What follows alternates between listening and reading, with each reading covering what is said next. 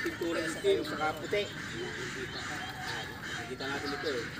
Kuhanin natin yung disappearance, yung mawawala ito, hindi na natin makita, at saka yung appearance, yung paglitaw. Tapos, i-add natin yun, pagkasamahin, i-divide sa dalawa. Kaya ngayon, kuhanin na natin. Pero pag hindi, dapat may lulusong talaga mamaya. Hindi natin pakuha talaga.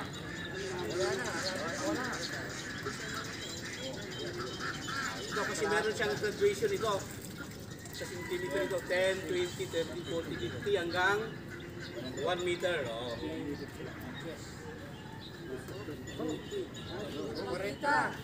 30 lang.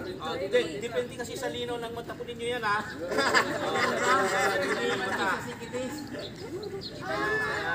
Baka malaglag yung salamin mo. Alisin ko yung salamin ko para walang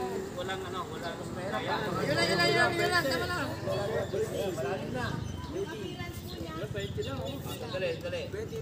Kasi depende sa mata ko yun, mamaya kayo naman. Kasi dinidemo ko lang eh. Dinidemo ko lang sa inyo kasi. Sarili kong paningin ito. Hindi, sa akin iba sa akin eh. Malamang buhay. Ako lang muna.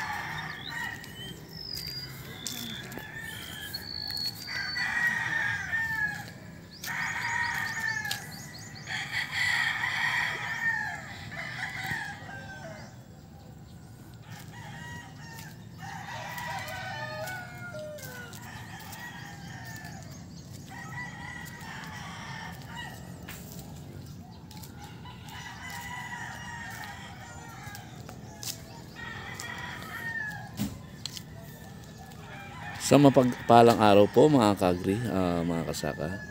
So itong araw na to, nandito tayo sa Paumbong, Bulacan. Dito sa kay Mang Danny.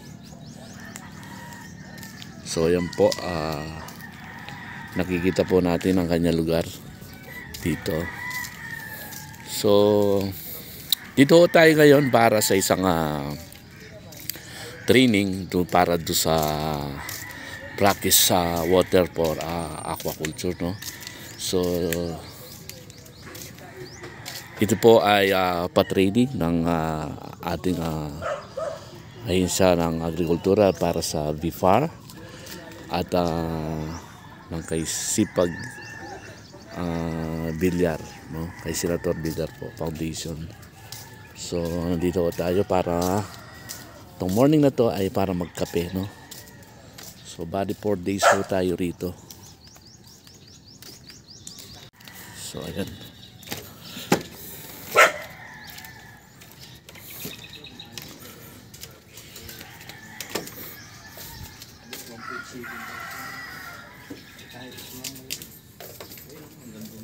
So nandito po ang ating mga kasama sa room. Mag-hi muna kayo mga ito, mga karoom po natin to. Ito po, mga karoom po ito. So, ayan po. Iba-iba po kami mga lugar. Mayroon pong nasa Zambales, si Sir, sa Bulacan si Sir. Tapos si Sir, Region 1, Pangasinan. Tapos si Sir, Zambales din. Si po ito pa-training ng Region 3 at saka ng Region 1. No?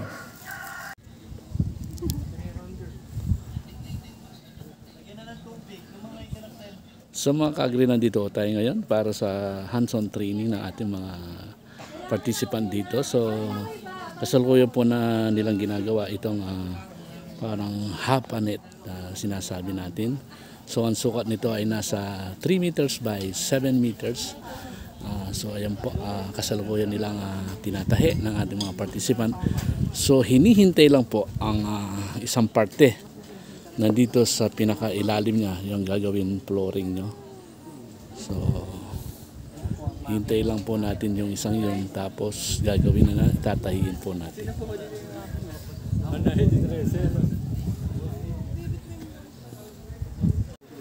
Pwede na nga siya lagyan ng mga bibi. So mga kagrihan po sila. Say hi po kayo dito sa ating pagbibideo. So nandito rin ho ang mga taga province. Ayan po sila. Ang masisipag po para sa probinsya po sa Bulacan. Okay. Pa-shoutout naman. Okay, sige ma'am. Shoutout ka. Shoutout naman po sa kasama ko. Paano lang mo? Shoutout po. Pa-shoutout po. Cash out. Cash out. Number pa cash out po. Kahit mga 1K po. Ayan. So ito po ang expert ng BFAR from Pagbilao, Quezon na si Sir Pogi. Ayan. So ayan po siya. Yes, minsanan na lang siya. So ayan yung flooring niya. Kahit maluwang to. Ayan. Medyo Walang jowa dyan. walang jowa. Naisingit. Nga yung mga water temperature, dissolved oxygen, pH, ammonia. Ito na ngayon yung ating practicum. Sound check. Yun. May sound system pa tayo Anong number? Anong number? Ayun, isang magandang pagpalang araw sa bawat isa. Ito yung ating practicum patungkol sa water quality parameters monitoring sa FISPAN. Na-discuss sa inyo yung mga important water quality parameters sa tubig na kailangan natin subaybayan sapagkat ito ay kaakibat sa pag-aalaga ng ating mga freshwater at brackish water species, kasi kailangan natin ma-monitor yung magandang kalidad ng tubig para mapabilis o maganda yung pag-aalaga natin ng bangos, tilapia, ulang at iba pang mga isdang inalagaan sa fish pond. Bago tayo mag-umpisa, kailangan may briefing muna para alam natin yung gagawin. Ang ating i-monitor na mga parameters ay yung mga mahalaga talaga na kailangan nating masubaybayan. Katulad ng water temperature, kasi sobrang init po yung panahon ngayon. Tapos yung dissolved oxygen, yung salinity, at saka yung CKD's visibility. Yan. Yung una, yung water temperature, kukuhanin natin yung lamig at o init ng tubig sa pispan. Pangalawa, yung dissolved oxygen, kukuhanin natin kung ano yung antas ng oxygen o yung hangin sa tubig. Tapos sunod, yung CKD's visibility.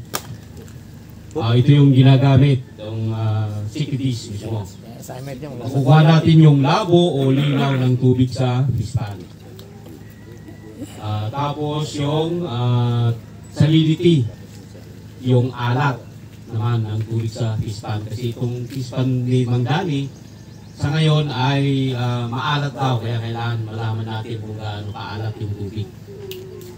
Ano ba ang kahalagahan itong mga parameters na ito? Kasi yun, katulad ng nabanggit ko kanina, kailangan nating masubaybayan. Una yung water temperature. Kasi merong mga optimum level o level ng temperature na dapat nating ma-maintain sa ating fish pond. Base sa lecture ninyo, siguro kung natatandaan nyo, yung optimum level kasi niyan dapat nasa 28 degrees to 32 degrees yung optimum level, natandaan nyo ba? Ayan. Pag temperature, pag dissolved oxygen naman, dapat nasa 5 parts per million pataas. Ayan. Pagka ano naman, yung CKD's visibility, yung labo o linaw, dapat nasa 20 to ilan? 20 to 60 centimeters. 35 o 30 to 50 ba nakalagay o 30 to 40?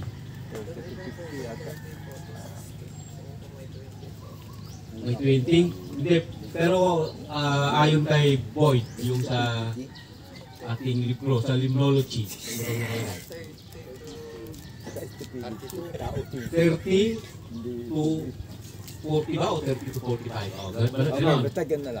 Tapos yung salinity, pag fresh water, di ba dapat nasa 0 hanggang 5. Pwede naman pag fresh water. Pag brackish water naman, 35 pababa. di ba dapat nasa 35 pababa daw. dapat 27 ba? 27 pababa. O, kasi pagka sumobra na sa 27, marine water na yon. Kaya nandito na ba representative ng bawat group? Kasi 3 fish pond yung kukuhanan natin. Merong dapat mag-volunteer na taga-Lusong para makuha natin yung mga water parameters. Yung ating second dish, paano? Kuhanin natin yung labo o linaw ng tubig sa fish pond. Ano bang kahalagahan nito? Bakit kinukuha natin yung labo sa kalinaw? Kasi ang kahalagahan nito, dito natin susukat yung productivity o yung mga natural food na nandito sa fish pond. Malalaman natin kung malabo o malinaw yung tubig. Kasi pagka masyadong malinaw, ibig sabihin walang mga natural food yun. Pagka maberde siya, ayun, may mga phytoplankton, zooplankton, may green algae. Kasi yun yung pagkain ng mga isda, yung natural na pagkain ng isda. Kaya dapat makuha natin yung transparency o visibility ng tubig. Itong gagamitin natin, itong secondary. Ang paggamit nito, kuhanin natin yung paglubog at saka paglitaw nitong ito. Kasi titignan natin itong, di ba, may pintura itim saka puti. Nakikita natin ito eh. Kuhanin natin yung disappearance, yung mawawala ito, hindi na natin makita, at saka yung appearance, yung paglitaw. Tapos, i-add natin yun, pagkasamahin, i-divide sa dalawa. Kaya ngayon, kuhanin na natin. Pero pag hindi, dapat may lulusong talaga mamaya. Hindi natin pakuha talaga.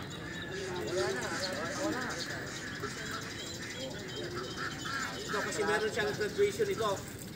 Sa centimeter ito, 10, 20, 30, 40, 50 hanggang 1 meter.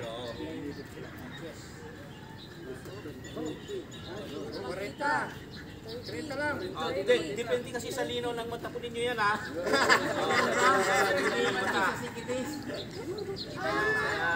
Baka malaglag yung salamin mo. Alisin ko yung salamin ko para walang Yun lang. Tama na. Dali. Kasi depende sa mata ko yun, mamaya kayo naman. Kasi dinidemo ko lang eh. Dinidemo ko lang sa inyo kasi. Sarili kong paningin ito. Kasi sa akin iba sa akin eh. Ako lang muna. So mga ka-agrito po at actual po namin ginagawa ang mga pagturo o pag narinig po kanina na paano po ang pagsukat ng ating tubig, kung ano yung linaw, tapos kung yung dissolved oxygen, tapos mamaya po yung sukat ng salinity at yan po, mamaya lulusong po ang ating mga kasama rito at yan po, actual nilang tinitingnan yung kasama namin babae rito, ayan. Same lang. Yung salinometer, yung pangkuha ng salinity. Sinong kukuha ng tubig dyan? So ito po yung sinasabi natin pag-testing kung paano yung salinity ng ating tubig. So kukuha po ito ng tubig, kukuha sa ilalim. So tapos papatakan lang po yung pagsukat natin.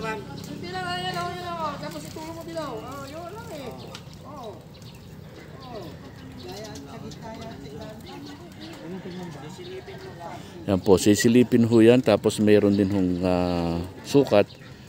At makikita nyo po yun may kulay white at saka kulay blue. Tapos kung nandun po kung saan po yung nasa kulay blue, doon po lilitaw kung ano po ang sukat ng salinity ng ating tubig.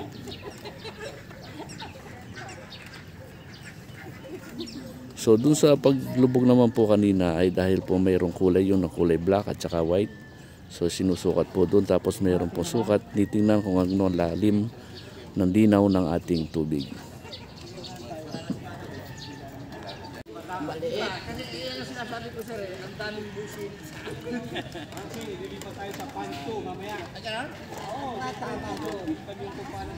Masilip pa.